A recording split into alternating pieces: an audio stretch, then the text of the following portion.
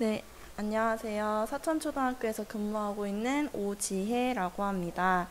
작년에 교육방송연구대회에 도전하게 되었는데 감사하게도 좋은 결과를 얻게 되어서 올해 도전하시는 선생님들께 조금이나마 도움이 되고자 제가 경험했던 것을 들려드리려고 이 자리에 앉았습니다.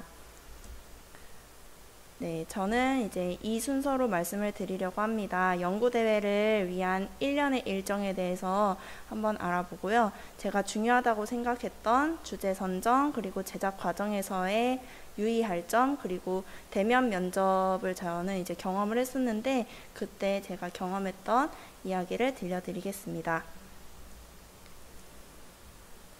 첫 번째 연구대회를 위한 1년 일정입니다. 올해 기준으로 제가 정리를 해보았는데요.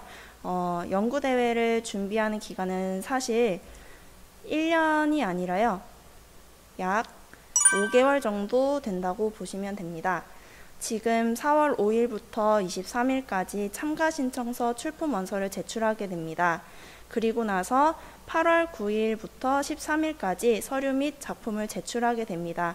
그래서 선생님들께서 준비하셔야 되는 작품을 제작하는 기간은 4월부터 8월까지라고 보시면 되겠습니다. 8월 20일에 충북 예선대회가 결과 발표를 하게 됩니다.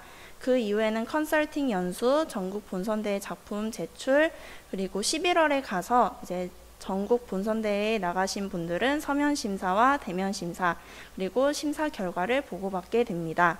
이 중에서 저는 지금 시기에 해야 하는 출품원서 제출 기간이 가장 중요하다고 생각합니다. 이 시기가 가장 중요한 이유는 바로 주제 선정을 해야 하는 시기이기 때문입니다. 교육방송연구대회 운영 계획을 꼼꼼히 읽어보시면 교과를 포함한 모든 교육 활동에 활용할 수 있는 교육 자료를 이제 선생님들께서 만드셔야 되는데요. 과연 이 대회에서 원하는 영상은 무엇인가를 잘 살펴보셔야 주제 선정에 도움이 되실 것 같습니다.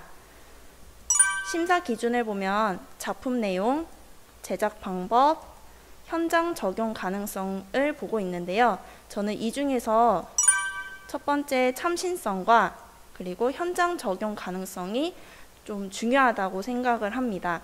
제작 방법이야 워낙 출중하신 선생님들께서 좋은 기술을 가지고 영상을 제작하실 것이라고 생각하는데요. 그래서 경쟁력을 이제 보이기 위한 곳은 이제 참신성과 현장 적용 가능성이라고 봅니다. 그 중에서 참신성은 제가 생각했을 때 더 중요하다고 생각하는데요. 이 주제 선정은 작품 제목이 됩니다. 그래서 제목을 신중하게 결정을 해주셔야 되는데요. 이 제목은 바꿀 수 없게 되어 있어요. 그 계획에 보면 출품 원서와 출품된 작품에 대한 정보가 상이한 경우는 심사 제외 사항이 됩니다. 그리고 출품 원서를 작성하실 때 보면 중요 표시로 최종 제품 작품의 제목과 반드시 일치하도록 기재하라고 써 있습니다. 이처럼 제목은 신중하게 생각을 하셔야 하기 때문에 출품 원서를 제출하는 이 4월 한 달간의 고민이 가장 중요하다고 저는 생각을 합니다. 이 주제를 선정할 때 그럼 무엇을 고려해야 하는가? 저는 이 홈페이지, 교육방송연구대회 홈페이지에 들어가서 최근 5년간의 입상작 주제를 살펴보시기를 권해드립니다. 20년 넘게 이 대회가 운영되어 있기 때문에 굉장히 많은 입상작들이 있는데요. 다 볼 수는 없지만 5년 동안 어떤 입상작들이 있었는지 살펴보시고 참신한 주제를 선정하시기를 바랍니다. 그래서 주제를 선정할 때는 참신한 주제, 사회적 문제, 학생들의 관심사, 학생들에게 직면한 문제, 가능한 최근 5년 입상작과 겹치지 않는 주제, 그리고 교육적 가치가 있는 주제, 교육과정에는 있지만 다소 소홀히 다루고 있는 주제들을 고려하셔서 주제를 선정하시면 좋을 것 같습니다. 그래서 저는 작년 4월 한 달 동안 고민해 본 결과 제가 선택한 것은 펀딩, 펀드가 뭐지? 라는 제목으로 주제를 선정하게 되었습니다. 이때 당시에 저에게 가장 큰 관심사는 재테크였는데요. 작년 코로나19 사태와 더불어서 많은 분들이 경제 분야에 관심을 가지신 것으로 저는 알고 있습니다. 그런데 학생들에게는 과연 경제교육이 잘 이루어지고 있는가에 대해서 저는 문제의식을 가지게 되었습니다. 교육과정에 분명히 경제 관련 분야를 다루고는 있지만 아이들은 올바른 경제관념을 가지고 있다고 보기 어려웠기 때문입니다. 그래서 그 경제 파트를 저는 선정을 하였고, 그 중에서 좀 아이들에게 쉽게 다가갈 수 있는 개념이 무엇일까 고민을 한 결과 펀딩이라는 개념을 선정하게 되었습니다. 이제 주제를 선정하고 그 출품 원서를 제출을 하시면 5월부터 7월, 봄에서 여름 사이에 제작에 돌입하게 되는데요. 7분 이내의 영상이기 때문에 누군가는 짧게도 생각하실 수 있지만 제작을 하시다 보면 꽤 긴 시간의 영상입니다. 그렇기 때문에 주제 전달을 위한 기승전결을 구성하셔서 개요를 짜시기를 바랍니다. 그래서 저는 인트로, 상황극으로 문제 상황을 제시를 하였고요. 그 이후에 펀드가 무엇인지 개념 설명하는 부분을 짰습니다. 그리고 펀드를 설명할 수 있는 크라우드 펀딩이라는 사례를 소개하였고요. 마지막으로 모의 펀딩 수업을 진행하였는데 그 수업을 영상으로 장면에 담았습니다. 이 처음에 기승전결을 구성을 잘 하셔야 제작을 하시는데, 촬영을 하시고 편집하시는데 버벅거림 없이 매끄럽게 진행하실 수 있을 거라고 생각합니다. 그런데 인트로 영상 제작 부분에서는요, 아이들과 함께 참여는 했지만 교사 주도로 진행을 하였습니다. 왜냐하면 제가 시나리오를 작성하고 편집까지 했기 때문이죠. 그런데 학생들은 다 참여한 것은 아니었고요. 방송부 동아리를 운영하여서 아이들이 촬영에 임할 수 있도록 배우 및 카메라 등 역할을 부여해 주었습니다. 저는 이 인트로 영상을 제작하면서 저에게 굉장히 도움이 되었던 연수가 있어서 선생님들께 추천을 해드리고 싶습니다. 작년 기준이기 때문에 올해 운영을 할지는 조금 지켜봐야 되겠지만 충북단재연수원에서 3일 만에 영화 만들기, 그 다음에 교과 경계를 넘나드는 창의융합 영화 만들기 수업 연수가 있었습니다. 이 연수를 통해서 영화라는 장르에 대해서 배울 수 있었으며, 영화를 제가 만들진 않았지만 짧은 상황극 하나라도 영화적 요소를 넣어서 조금 더 퀄리티 높은 영상을 제작할 수 있었다고 생각합니다. 그런데 이렇게 학생들과 함께 촬영을 할 때 주의할 점이 있습니다. 바로 초상권입니다. 초상권은 저작권과 마찬가지로 저희들이 조심을 해야 하는 부분인데요. 직접 촬영하는 경우 등장한 사람들의 초상권 활용 동의서를 받아두는 것이 좋습니다. 저는 이와 같이 제가 제작을 해서 동의서를 받아두었습니다. 그 다음에 두 번째, 세 번째는 개념 설명과 크라우드 펀딩 예시 소개였는데요. 잠시 보도록 하겠습니다. 펀드가 뭐냐고요? 펀드란 어떤 특정한 목적을 위해 돈이 모인 것을 말해요. 아이스크림을 사 먹기 위한 목적으로 돈을 모은 것, 그리고 아이스크림을 얻게 된 것, 이것이 바로 펀드입니다. 사실 얼마 전까지 펀드는 은행에서만 할 수 있었어요. 이 회사는 시각장애인들이 쓰는 점자를 새긴 가죽 제품을 파는 회사입니다. 펀딩을 통해 회사가 추구하는 가치와 상품을 알리며 사업을 위한 초기 자금을 마련했습니다. 두 번째, 세 번째 부분은 이런 식으로 제가 제작을 했습니다. 이 부분에서 고려할 것은 제가 사진과 그림, 음원, 글꼴, 나레이션을 사용했다는 것인데요. 여기에서 주의할 것은 모두 저작권입니다. 계획에도 나와 있지만 저작권의 책임은 출품자에게 있습니다. 그래서 올해 계획에 추가된 양식을 보면 저작물 보증서도 있기 때문에 이 양식을 잘 활용하셔서 이번 제작에 도움이 되셨으면 좋겠습니다. 일단은 사파나 사진의 저작권이 가장 문제가 될 것 같은데요. 저는 저작권 걱정을 하지 않기 위해서 처음부터 저작권 없는 이미지 활용 사이트를 활용했습니다. 그 중에 제가 많이 활용한 것은 픽사베이와 플래티콘이었습니다. 픽사베이는 다양한 사진과 그림을 보유하고 있고요. 플래티코는 무료 사용 아이콘을 보유하고 있어서 선생님들께서 저작권 걱정 없이 사용하실 수가 있을 것 같습니다. 두 번째는 음원입니다. 좋은 음악을 사용하고 싶은 욕심은 있지만 아무래도 저작권 문제가 걸립니다.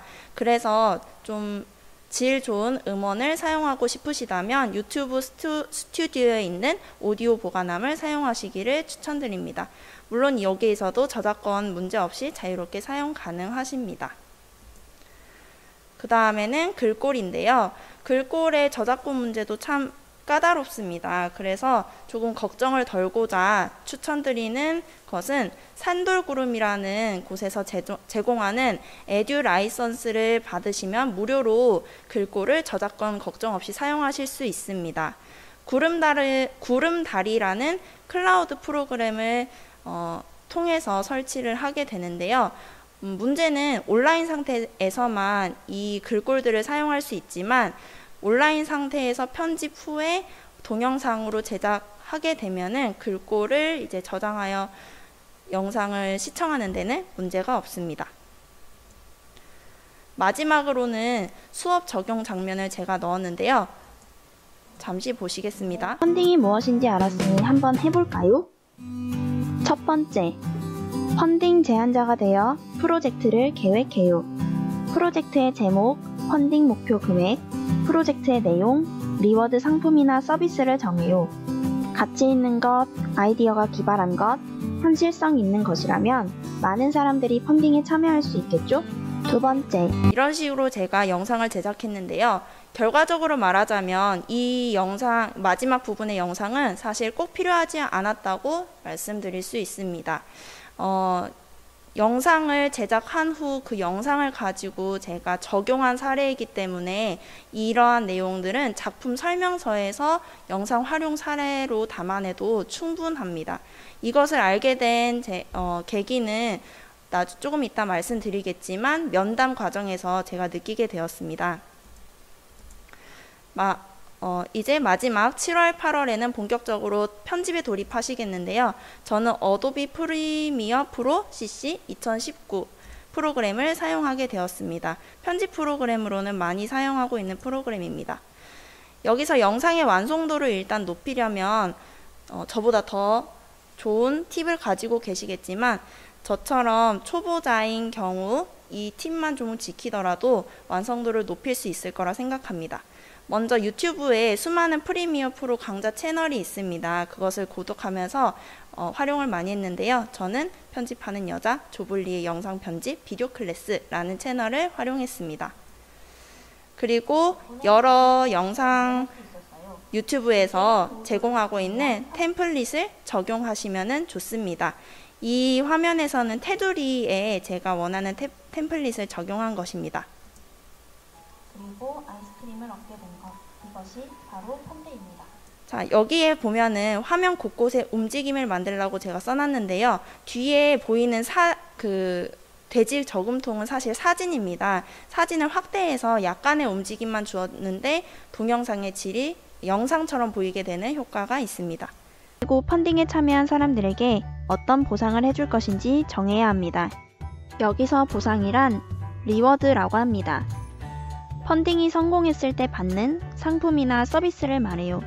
그 프로젝트의 내용이 의미 있고 가치 있거나 리워드 상품이나 서비스가 좋다면 그리고 세 번째는 배경음악과 나레이션의 볼륨 조절인데요. 처음에 제가 만들었을 때는 나레이션보다 배경음악이 너무 커서 듣기에 좀 불편했던 적이 있습니다. 그걸 수정하였고, 그리고 중간중간에 재미있는 효과음을 넣으면 조금 더 질 높은 영상을 완성하실 수 있을 겁니다.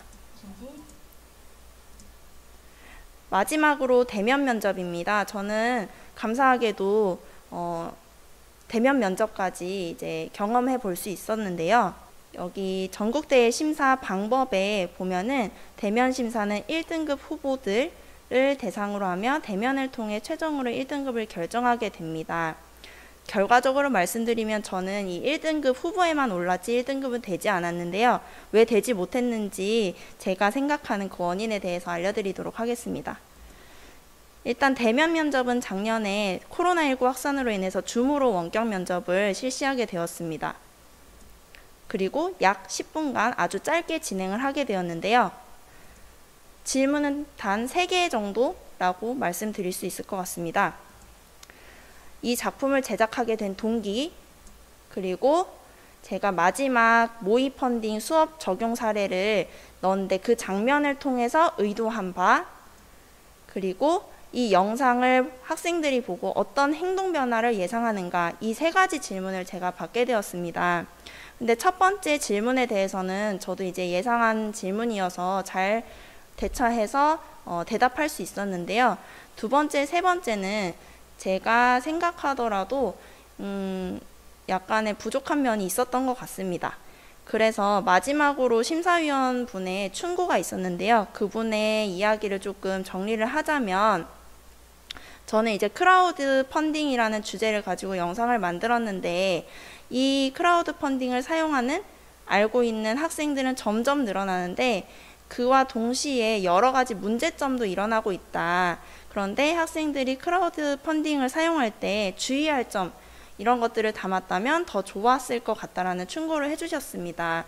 이 부분에서 알 수 있는 것은 이 영상이 만들어지고 난 후 어떻게 학생들에게 영향을 끼칠 것인지, 교육적으로 어떤 가치가 있는 것인지를 이 EBS에서 보고 있다라는 것을 저는 이제 느끼게 되었습니다. 그래서 이런 부분들을 선생님들께서 참고하셔서 영상 제작을 하시는데 조금 도움이 되었으면 좋겠습니다.